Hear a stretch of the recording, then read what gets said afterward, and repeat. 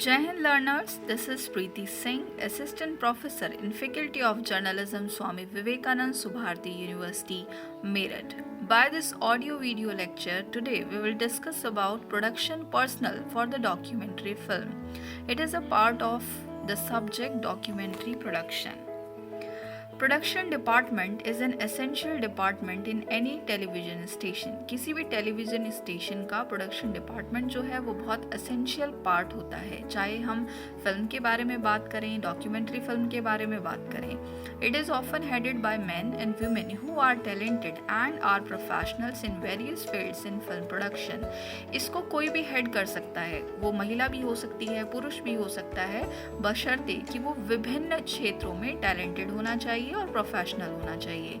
It is prepare to provide you with the details of whose these man and women are, their job titles and responsibilities in film production. आज की हमारी इस ई class में हम पढ़ेंगे उन job responsibilities के बारे में, उन जॉब टाइटल्स के बारे में जो कोई भी एक प्रोफेशनल महिला या पुरुष जो है वो निभा सकता है, और उनकी मदद से कोई भी डॉक्यूमेंट्री फिल्म या कोई भी फिल्म बहुत अच्छी बन सकती है।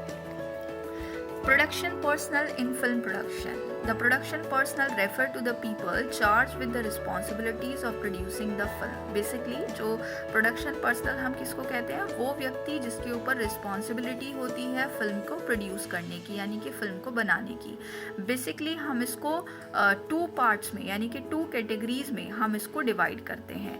ठीक है, they are the technical and non technical artist और पर्सनल। मतलब जो हमारे इसके आर्टिस्ट, मतलब जो कार्य करने वाले होते हैं डॉक्यूमेंट्री फिल्म में, उनको हम दो पार्ट में डिवाइड करते हैं। एक होता है टेक्निकल और एक होता है नॉन टेक्निकल। ठीक है, non technical person consist of those who create or enable the development of the plot as the basis for an artistic production। अब जो नॉन टेक्निकल पर्सन होते हैं वो क्या करते हैं, उनके ऊपर पूरी फिल्म डिपेंड करती है, यानी कि जो राइटर्स होते हैं उनको हम नॉन टेक्निकल पर्सनल बोलते हैं, और वो फिल्म को क्या करते हैं, एक आर्टिस्टिक अप्रोच देते हैं कि कैसे हम फिल्म को बहुत सुंदर बना सकते हैं। They are therefore conceptual artists. The artists in this category are the scriptwriter, producer and the director. जो हमारे नॉन टेक्निकल होते हैं उसमें हमारे जो हैं स्क्रिप्ट राइटर आते हैं, प्रोड्यूसर आते हैं और डायरेक्टर आते हैं। The director also belong to the technical group. Director को हम टेक्निकल ग्रुप में भी रखते हैं, क्योंकि वो फिल्म को क्या करता है, फिल्म को दिशा निर्देश देने का काम करता है। अगर उसको कैमरा एंगल, मूवमेंट और शॉट, ये सारी चीज़ें टेक्निकल होती हैं, अगर इनके बारे में नहीं पता होगा तो फिल्म में जो चीज़ वो दिखाना चाह रहा है वो उसको नहीं दिखा पाएगा। The scripter is the person who conceives the idea for the film production. Script writer कौन होता है, जो उस फिल्म के लिए आइडिया लेकर आता है, यानी कि फिल्म की स्टोरी लिखता है। The script writer guided by the objective for the film production writes the script that will guide the entire production process and gain the attention of his or her audience.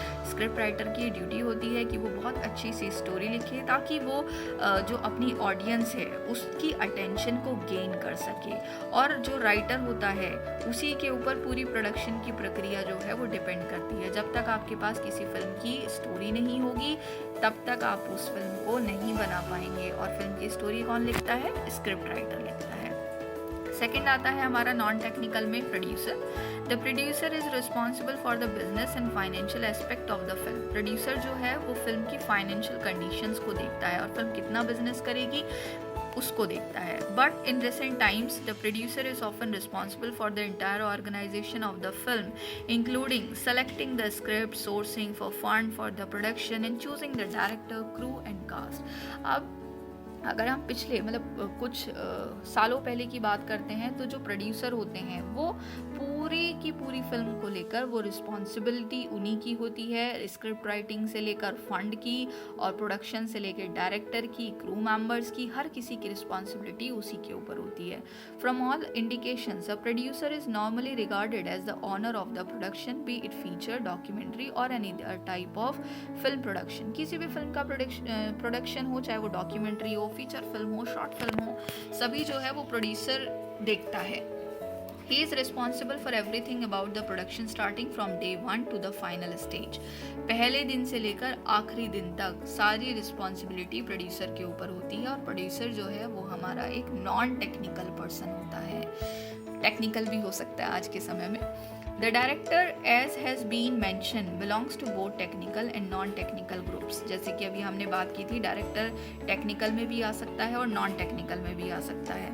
तो as a non technical artist, the director act as a conceptual artist who creates movement in the production. Non technical artist के तौर पर director क्या है, वो film को एक concept देने की कोशिश करता है, मूवमेंट्स को क्रिएट करने की कोशिश करता है, और क्या करता है, जितने भी रोल्स हैं उनको असाइन करता है परफॉर्मर्स को, और जो भी उस स्क्रिप्ट के हिस्से हैं उन लोगों को समझाता है. और अगर हम टेक्निकल आर्टिस्ट के तौर पर डायरेक्टर की बात करें तो डायरेक्टर क्या करता है, इंटरप्रेट करता है जो भी हमारे प्रोडक्शन का आइडिया है, जो भी हमारे फिल्म का आइडिया है, उसका प्लॉट है, और पूरी स्क्रिप्ट को इंटरप्रेट करता है.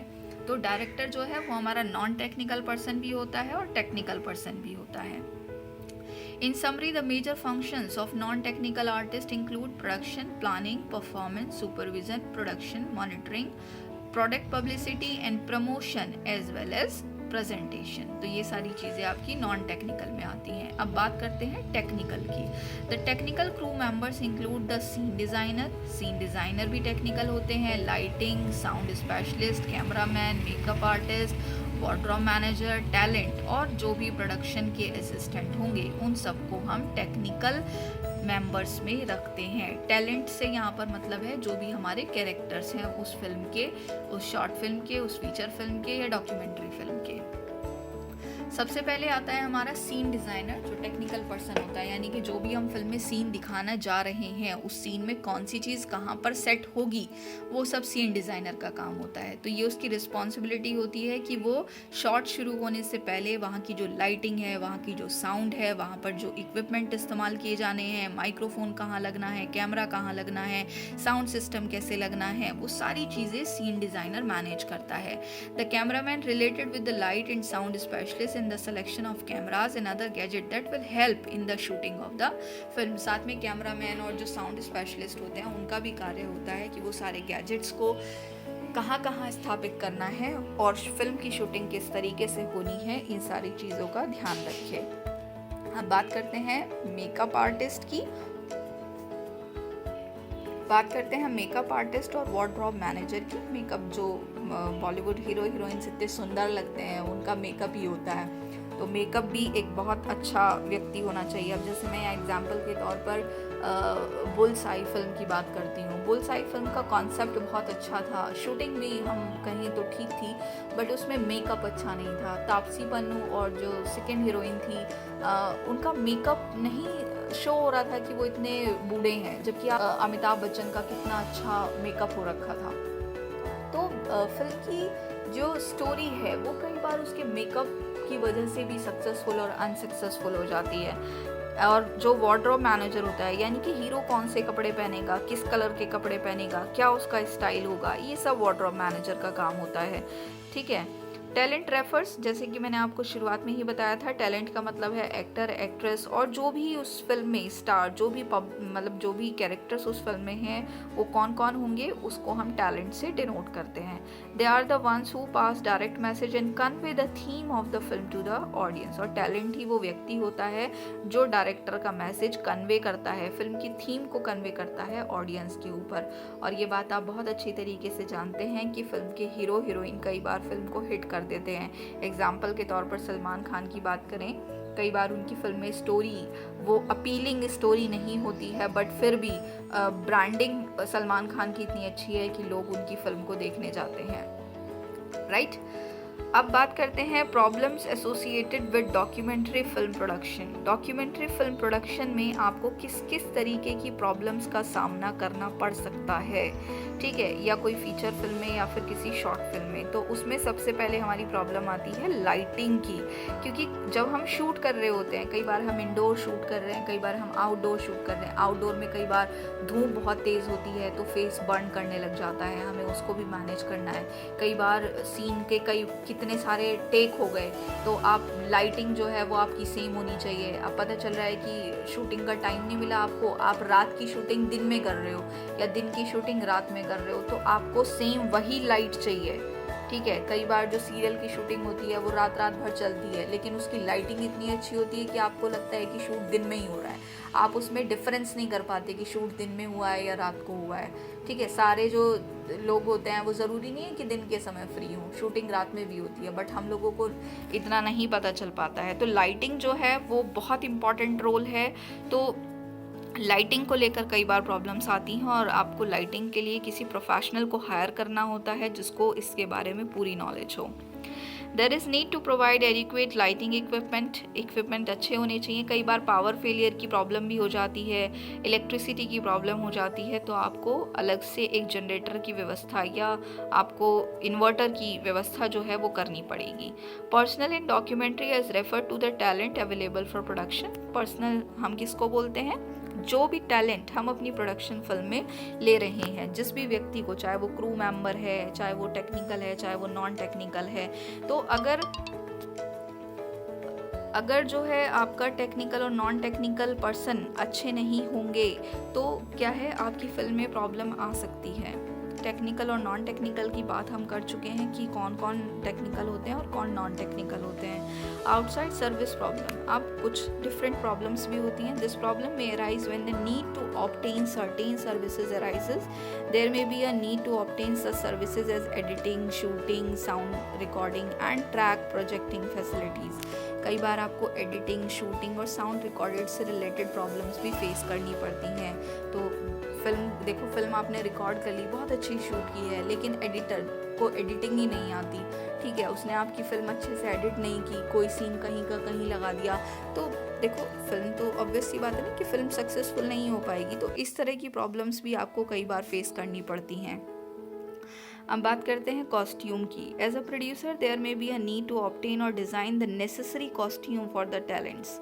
फिल्मों में भाई जो भी कैरेक्टर आप यूज़ कर रहे हैं, आपने देखा है कि कोई भी हीरो ने एक फिल्म में वही ड्रेस पहनी और दूसरी फिल्म में भी वही ड्रेस पहन ली, ऐसा नहीं होता ना। तो और कई बार फिल्म के कैरेक्टर के हिसाब से भी उसकी ड्रेस डिज़ाइन करनी पड़ती है, उसके कॉस्ट्यूम को डिज़ाइन करना पड़ता है। इवेंट, सीन और मूड से रिलेटेड जो है वो ड्रेस होनी चाहिए, तो कॉस्ट्यूम का भी ध्यान रखना होता है।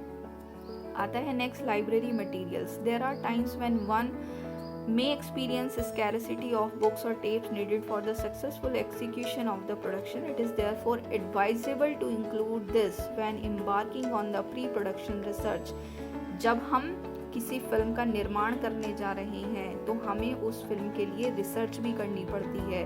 तो रिसर्च के लिए आपको लाइब्रेरी मटेरियल्स की ज़रूरत पड़ेगी, आपको बुक्स की ज़रूरत पड़ेगी, कोई फ़ोटो हो सकते हैं, ठीक है, कोई इमेज हो सकती है, अलग अलग तरह की चीज़ें हैं जो लाइब्रेरी में आपको मिलती हैं और उनसे आपको उस फिल्म के निर्माण में बहुत सारी हेल्प भी मिलती है। जैसे सपोज़ कि हम कोई ऐतिहासिक फिल्म बनाने जा रहे हैं, अब हम अकबर के ऊपर कोई फिल्म बनाने जा रहे हैं, तो हमें क्या करना पड़ेगा, अकबर के टाइम की जो आर्ट थी, जो कल्चर थी, वो दिखानी पड़ेगी। अब वो सारी चीज़ें हमें कहाँ से मिलेंगी? वो लाइब्रेरी से मिलेंगी हमें, तो उनका होना भी बहुत ज़रूरी है। सेकंड बात आती है शूटिंग शेड्यूल की। जब आप कोई फिल्म बनाने जा रहे हैं तो आपको उसकी एक आउटलाइन बनानी होती है, टाइम फिक्स करना होता है कि आपको इतने टाइम में इस सीन को मतलब बना देना है, क्लियर कर देना है। तो टाइम टेबल के हिसाब से जो है आपको शूटिंग करनी होती है। कई बार बारिश हो गई, आंधी हो गई, ठीक है, ये सारी प्रॉब्लम्स भी फेस करनी पड़ती हैं, जिसकी वजह से शूटिंग शेड्यूल जो है वो गड़बड़ा जाता है। उसकी वजह से भी कई बार प्रॉब्लम्स होती हैं। कई बार कोई टेक्निकल प्रॉब्लम हो जाती है, ठीक है, और आपने देखा ना कि बड़े बड़े हीरो हीरोइंस जो हैं वो टाइम पे नहीं पहुंचते हैं, वो टाइम पे नहीं आए तो पूरा शूटिंग टाइम टेबल ही गड़बड़ा गया। तो ये एक डायरेक्टर का काम है कि वो सबको इंस्ट्रक्ट दे के रखे कि सभी अपने टाइम से आएँ और जो शूटिंग शेड्यूल है उसी के अकॉर्डिंग सारी फिल्म जो है वो पूरी हो पाए। क्लियर? आई होप कि आपको ये क्लियर हो गया होगा। आज के ई कंटेंट में हमने डिस्कस किया कि प्रोडक्शन पर्सनल कौन कौन होते हैं। ये दो तरह के होते हैं, टेक्निकल और नॉन टेक्निकल। इसके साथ ही हमने पढ़ा कि जब हम कोई डॉक्यूमेंट्री फिल्म या किसी फिल्म का फीचर फिल्म का या डॉक्यूमेंट्री फिल्म का या शॉर्ट फिल्म का निर्माण कर रहे हैं तो उसमें हमें किस किस तरह की प्रॉब्लम्स फेस करने के लिए मिलती हैं। सो learners, in this video we have done so much things. Thank you. Jai Hind.